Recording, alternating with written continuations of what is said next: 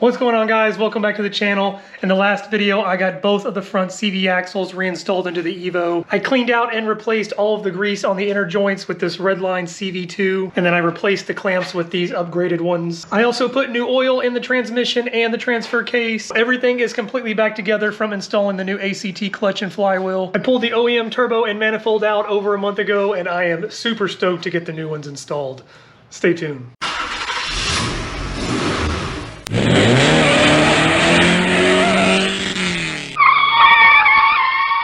If re-greasing your inner CV joints interests you, definitely go check out the last video. The small clamp on the inner boots on both front CV axles were leaking when I got the car. I replaced the clamp as a temporary fix so that no more grease leaked out. I already had the axles pulled out from installing the new ACT clutch and flywheel, but while they were out of the car, I wanted to go ahead and just replace them. Again, this is the grease that I used, and then here are the new clamps that I upgraded to. This style with the little teeth that grab in there seemed to work much better. And then, like I said, I put new fluid back in the transmission and transfer case. I did leave all of the ECU and battery stuff up top disconnected. I'm hoping having this out of the way may make it a little bit easier to get to some of those bolts back there when installing the new turbo and manifold. Here is the new turbo and manifold that I'm upgrading to. The manifold here is pretty obvious. It is an MAP tubular manifold. And the turbo is a Boost Labs built stock frame turbo. Turbine wheel is a TD06H. The compressor wheel is a 60mm. First thing that I've got to do before I can drop the new turbo in is get all of the coolant and oil lines transferred over. I'm not going to be using the stock oil feed line. I have read that because of the small diameter, they are prone to cracking over time. I picked up this stainless steel line from STM. It obviously comes with the line here, and then it also comes with the two banjo fittings and all of the copper washers. For the oil drain line, I also picked up a new gasket for where it mates up to the turbo. Lastly, I picked up some copper crush washers for both of the coolant lines. I'm going to get all of the lines transferred over, and then I'll get the new oil feed line on, and then I can start working on dropping this thing in.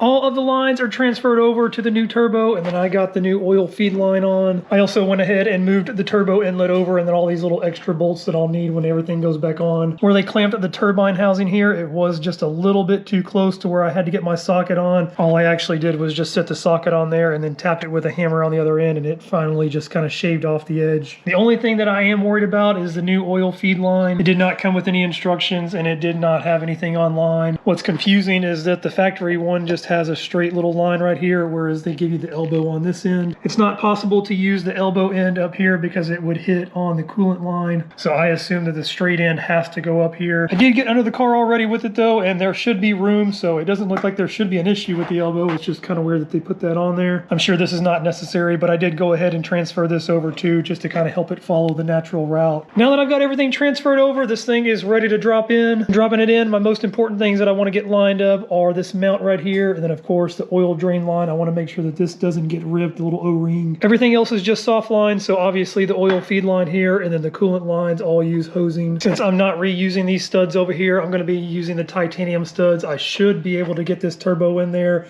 get everything buttoned up before having to install the manifold. But I am going to do a test fit with it first, just in case. As long as everything fits okay, I will get this thing in here, get all the lines connected up, and then I will start working on the manifold.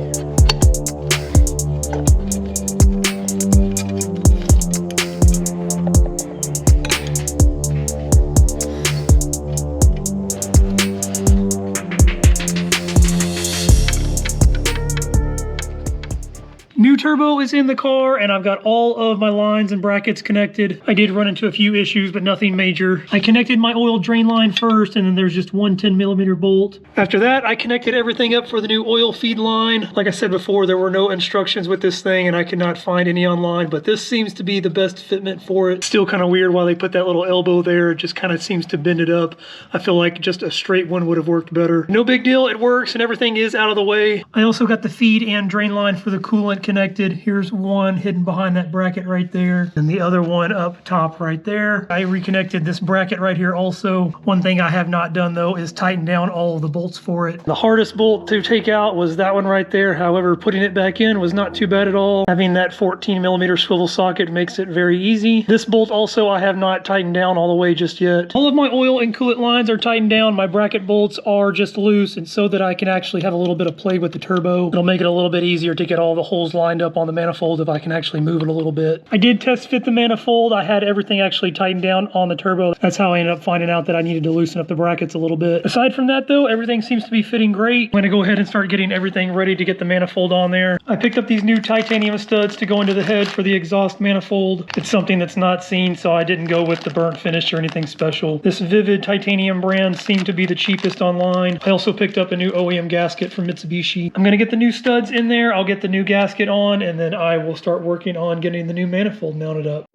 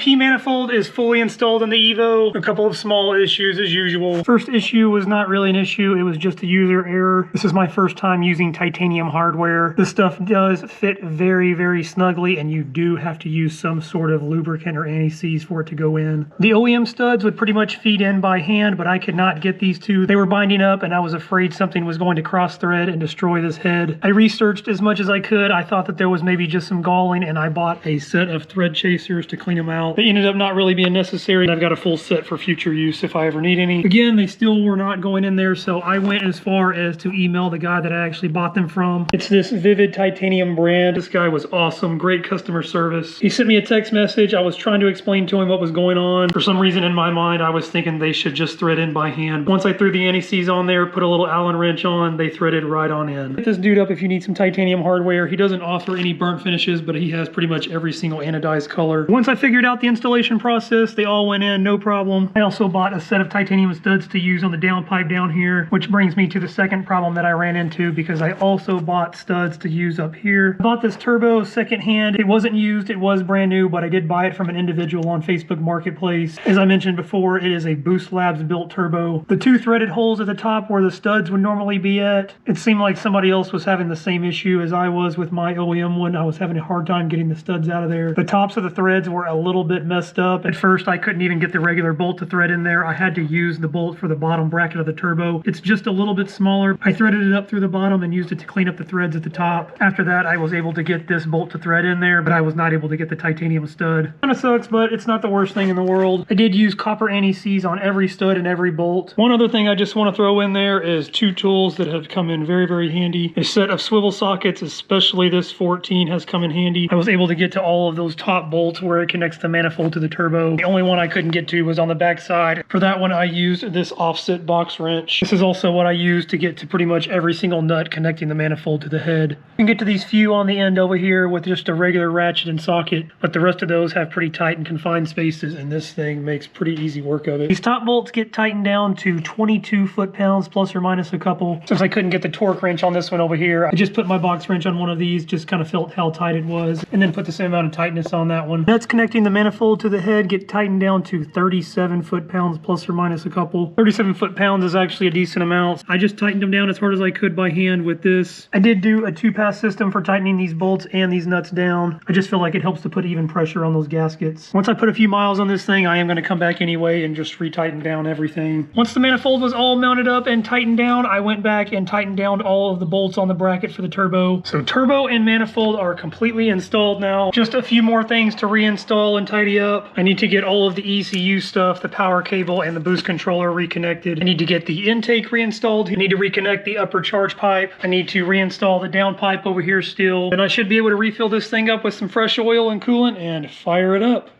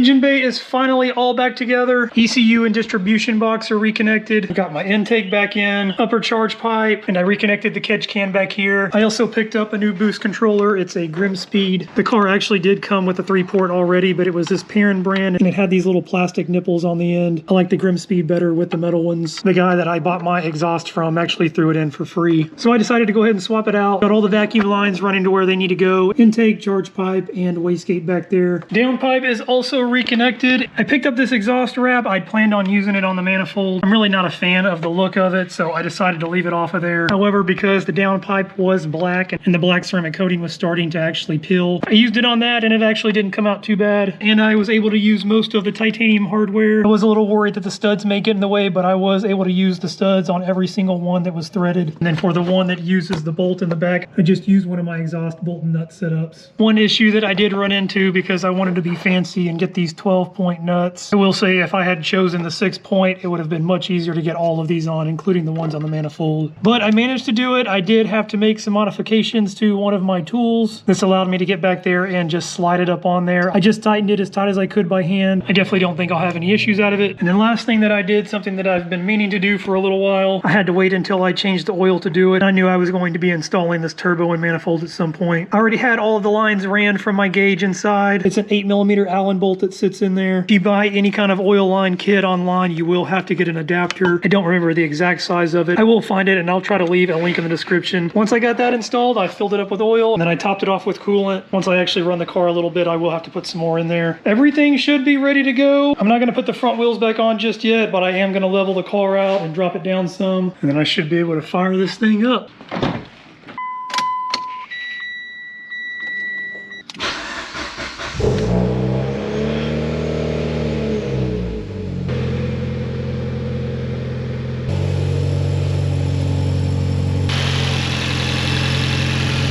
Everything seems to be running great, no leaks at all. My oil pressure gauge is working. I do have an error code on my wideband, but I think it just needs to be recalibrated because of the battery. No weird noises. Everything seems to be running as it should. See a little bit of white smoke in the back. It's probably some coolant burning off. I cannot tell you how stoked and happy I am to have this thing running right now. It's been almost 2 months since I've been able to drive it. I still have quite a few little things to do before I can actually get it tuned. Really hope you guys enjoyed this video. If you did, smash that like button. Please drop a comment below. Let me know what you think about the setup. Subscribe to the channel if you haven't already, and I will catch you guys next time.